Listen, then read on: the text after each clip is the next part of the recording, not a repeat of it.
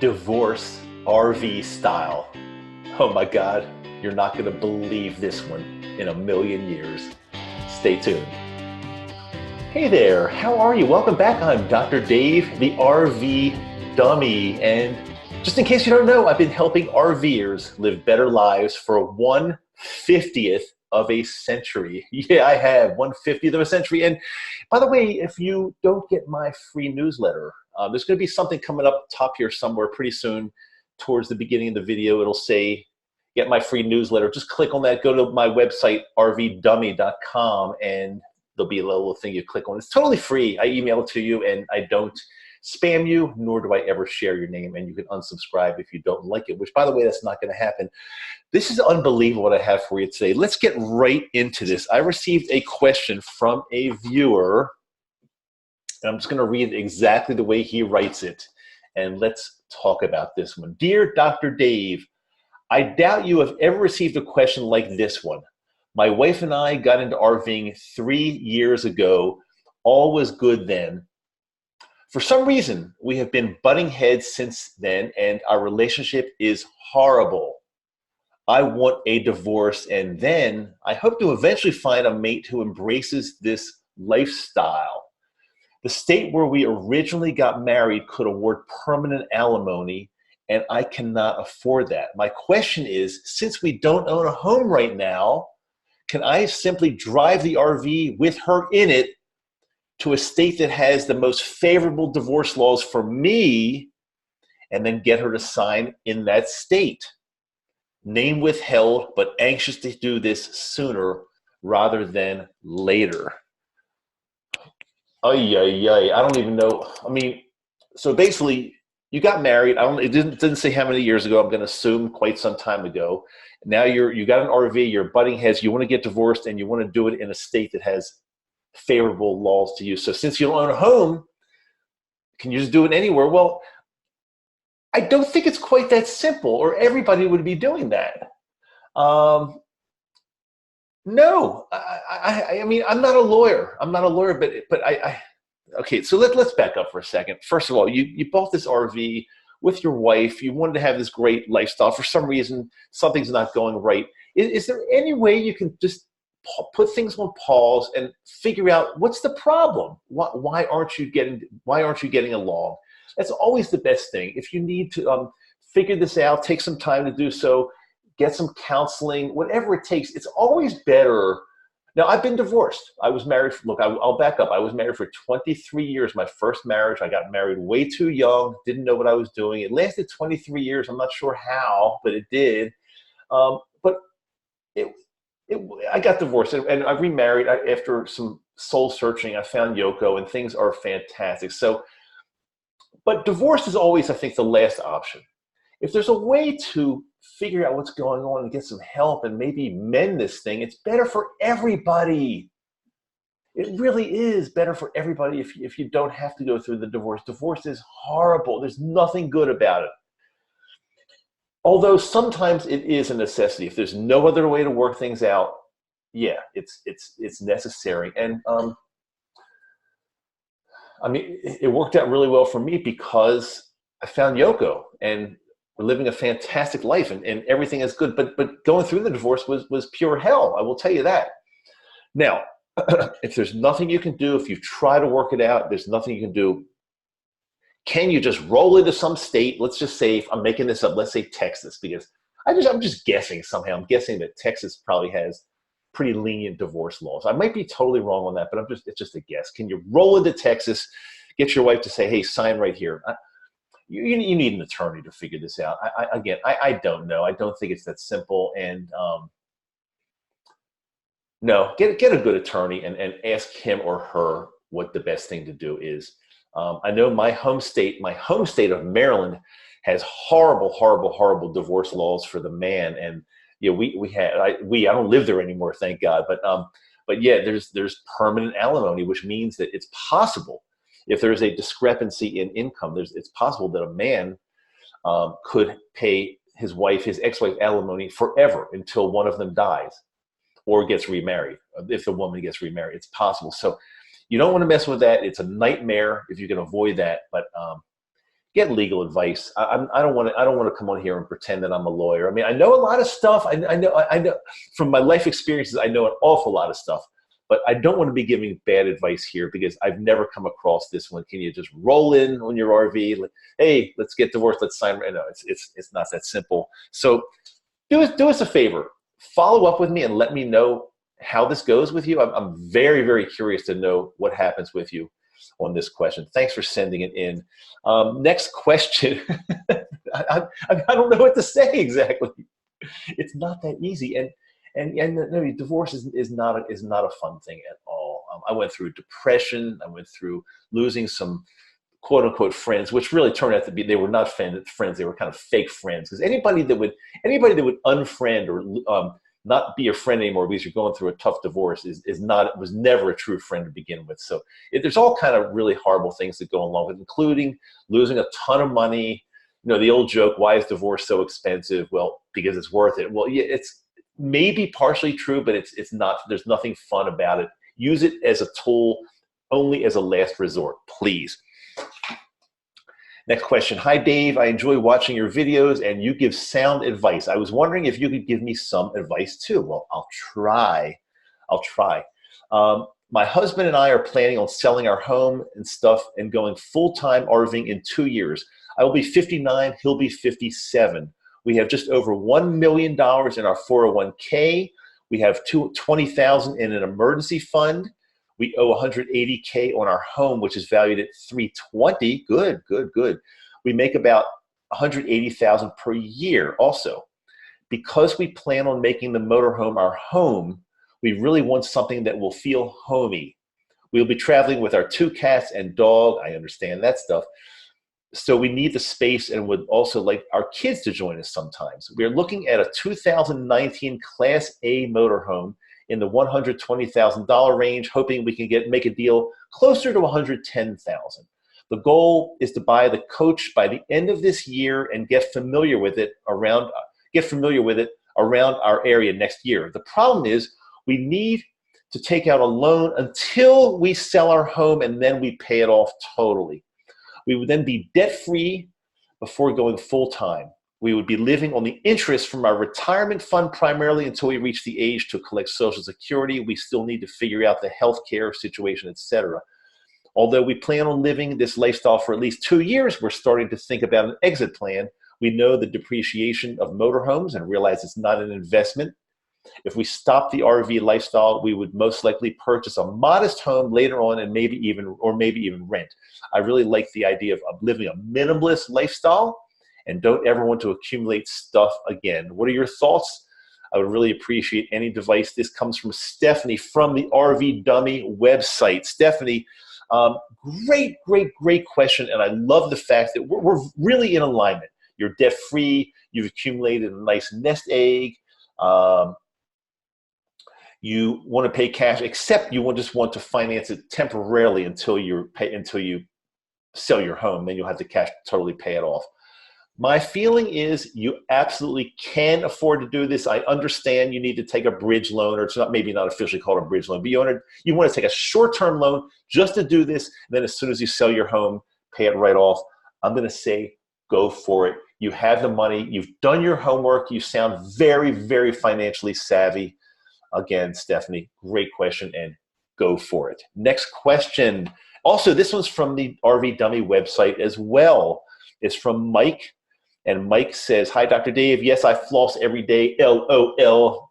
He's taking advantage of it. He's capitalizing on the fact that he knows that I'm a dentist, or at least I used to be a dentist seeing patients. I don't see patients anymore. I have more fun than that. I'm RVing.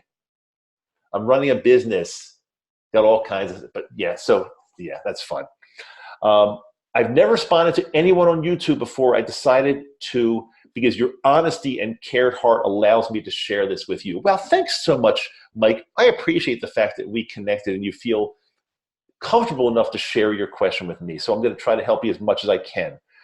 He says, to keep it simple, I'm wanting to buy an RV. Monthly cost for 20 years is $1,000 per month. I'm 61. My wife is 57. She is a travel nurse, so she can do some travel nursing while we're on the road. My home will draw $2,000 a month for rent. We can cover the cost of the RV when we sell it. So basically, my home will pay for the RV in the way they're getting $2,000 a month for rent, and he's going to pay that. He only owes $1,000 a month on the RV if he finances it. The RV will be financed at $20,000 down. I'm debt free. House, cars, credit cards. I know I owe no one anything, so I am not paying cash for it, and my home will be the source of income when we're done traveling. I move back into my home, sell the RV, pay the upside down balance. Then he says, I'm very open-minded, and your advice will be received with gladness. Thank you, sir. So, Mike, the great question. You're debt-free. Why do you want to get back into debt by financing an RV for 20 years, it said? Did you say 20 years? 20 years. Why do you want to finance an RV for 20 years? I know when you sell your home, I realize that, but no. If you're going to buy an RV, pay cash. The last question I had from, who was it from? What's her name again? It was from Stephanie. It's a little different. She's only using it as a very short bridge, a loan, so they can buy the RV, then sell the house and pay off the RV. So probably just a few months or maybe a year. No, you're looking at a 20-year commitment. Don't do it. Pay cash, buy what you can afford. Stephanie also has $1 million in the bank. She can afford this kind of stuff. You didn't tell me exactly how much you have, but I don't think you did.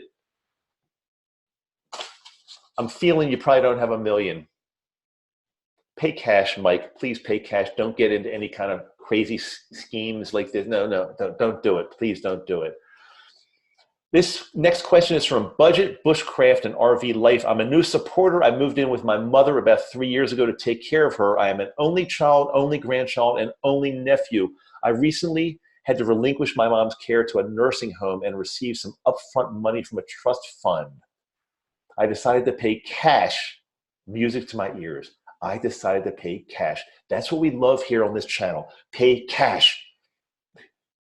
I decided to pay cash for a 2000 Class C RV with enough cash left over for a lot rental at a local RV park for the next 2 years. Did I make the right decision? Well, again, I've got limited information about your financial situation, but yes, from what I can tell, you made the right decision, Budget, because first of all, you were not buying a 2019.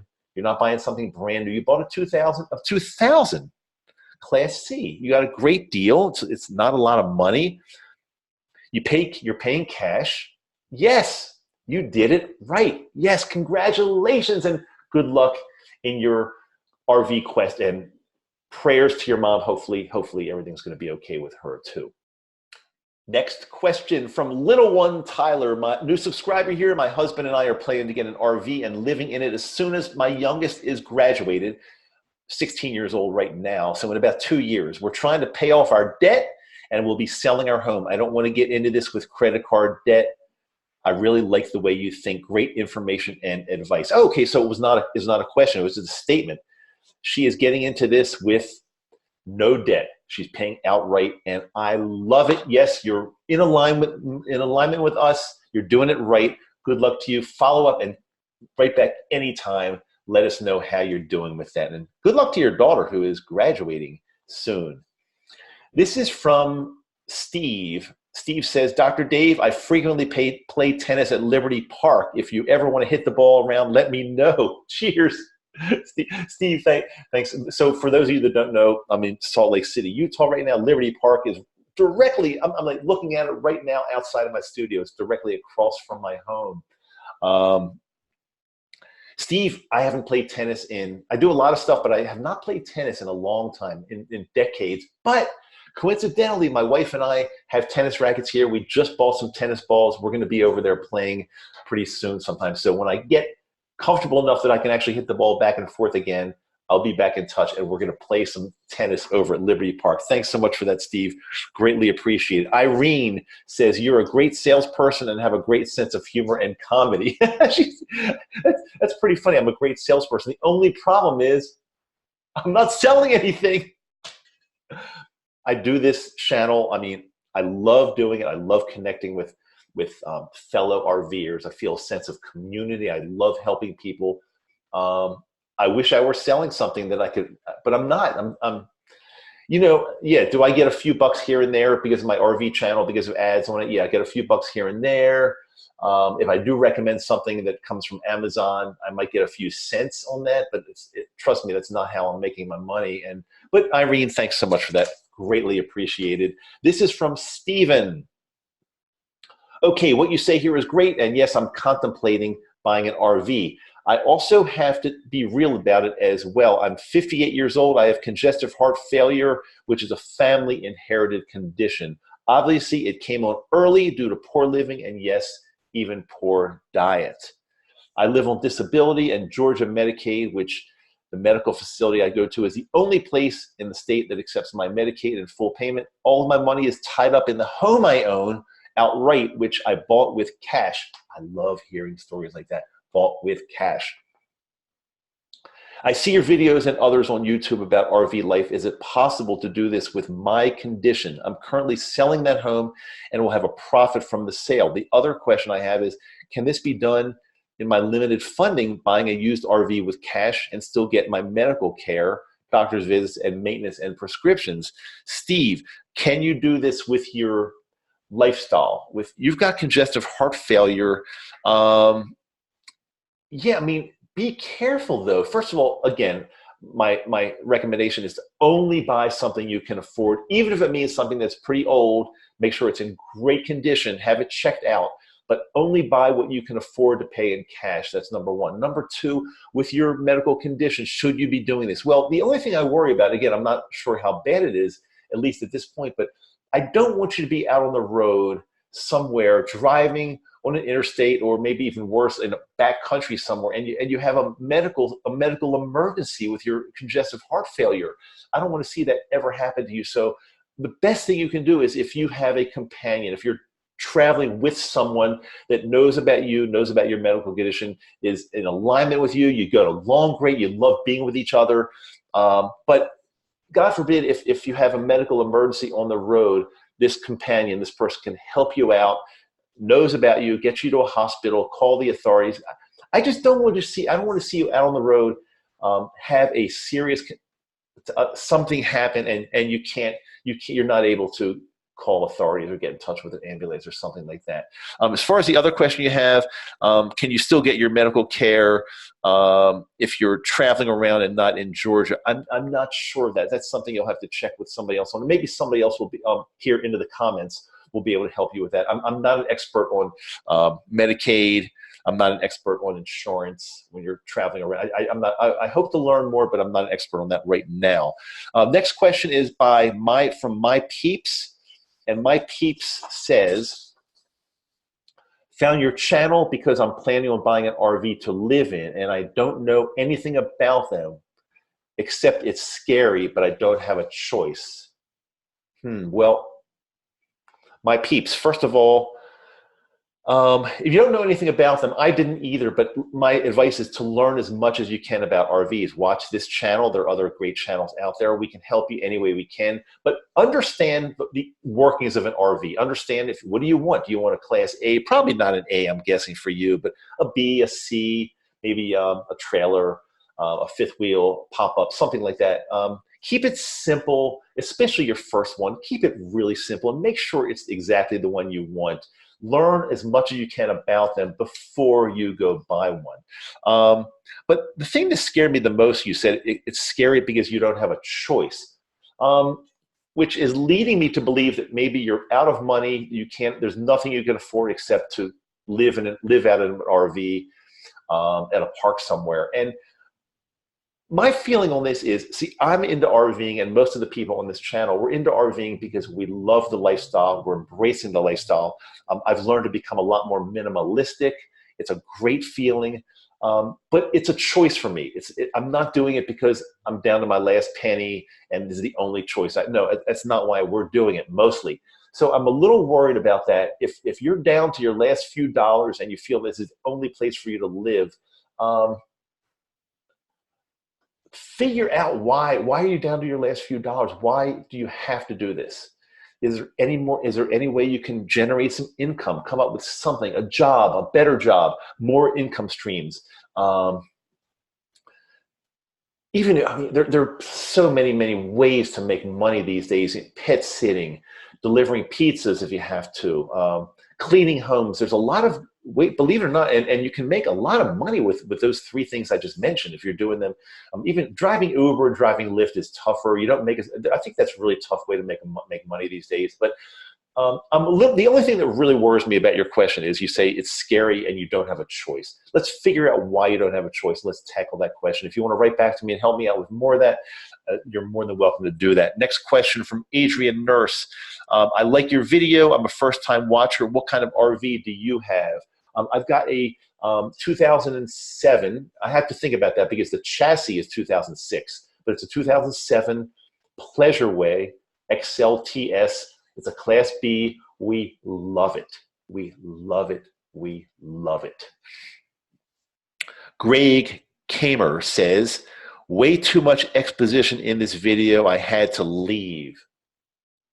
Way too much exposition. I'm not even clear. I'm not even sure what that means. Way too much exposition. I had to leave. And not only that, is your life so empty that if you have to click off a video, now, I'm not for everybody. I'm not asking everybody in the world to love my channel or love my videos. I know I'm not for everybody, but is your life so empty that when you're watching a video on YouTube and it's not really for you, you've got to like comment to that person like why you had to click off and why do you have to do that? I feel bad for you, Greg. I feel really bad, but I pray that you can find a channel that you really like and you're comfortable with, and you don't have to click off of the videos. I pray that you find that. Let's all pray together for Greg. Thank you, Greg, for writing in. Wilma says, Dr. Dave, love your videos. Just in case you missed my question on another video you did in March, would you consider buying an older RV if it checks out well? We are considering a 1997 Covington Ferran, which I'm honestly not familiar with that, but that doesn't matter because it's a 97. We're retiring in March and want to start RVing. So basically the question from Wilma is it okay to buy an old RV if it checks out? Yes, absolutely. My first RV was a 2000 and I bought it in, was it 2017? 16 or 17, something like that. So it was at least 16, 17 years old. Yeah, absolutely. But again, I will reinforce this. If you don't know enough about RVs, if you're brand new and you want to just buy something you can afford, which is highly recommended, buy something you can afford to pay cash with, make sure it's in good condition. Make sure you have it checked out by not only your mechanic who can check out the engine and the chassis stuff, but an RV tech that can go around. There's so many things that can go wrong in these RVs. Just look, I mean, there are all kinds of things going on. It's like a home on wheels, and you got to have it checked out. Will things go wrong? Yes, Wilma, things will go wrong. So make sure you've got an emergency fund or a fund built up for when you need to get some plumbing fixed, when you need to get the refrigerator checked out, when you need to get maybe new shocks because it's an old rig and the shocks have worn out and it's a terrible, terrible, terrible rough ride. These things will happen eventually. Make sure you have the money set aside to take care of these expenses when, not if, but when they occur, because they will occur. As long as you know all that and you're not going into this with your last dollar, absolutely, it's the smart thing to do. Buy what you can afford. Buy what you can afford. Guys, thanks so much. Until next time, I'm the RV Dummy. I do love you. I love answering your questions. Keep them coming in. Thanks so much for the positive energy on this channel. We're really just getting started now. We just crossed 7,000 subscribers. And if recording this 1 year ago, I think probably I only had around, I don't know, 1,000 subscribers, something like that, maybe 1,000 or something, a very, very low number. So within a year, we're doing great, and it's only because of you. Without you, none of this would happen. It's not me. It's not about me. I'm here helping, teaching, giving you confidence to live the life that you want. But without you guys, I'd be talking to nobody. I'd be sitting in my RV talking to nobody. And by the way, full disclosure, my RV is sitting outside. I'm looking at it right now. This is a green screen. For those of you, yeah, occasionally I get people that give me a hard time because I'm in a studio. It's in my home, but it's a green screen in back of me. But people are funny. They like, why do you have a green screen? Why aren't you in your RV? I'm gonna cancel my subscription because you're not in your RV. People are nuts. People are just crazy, and we have to deal with it, guys. Okay, that's enough rant. See you next time. By the way, I'm trying to come up with a schedule.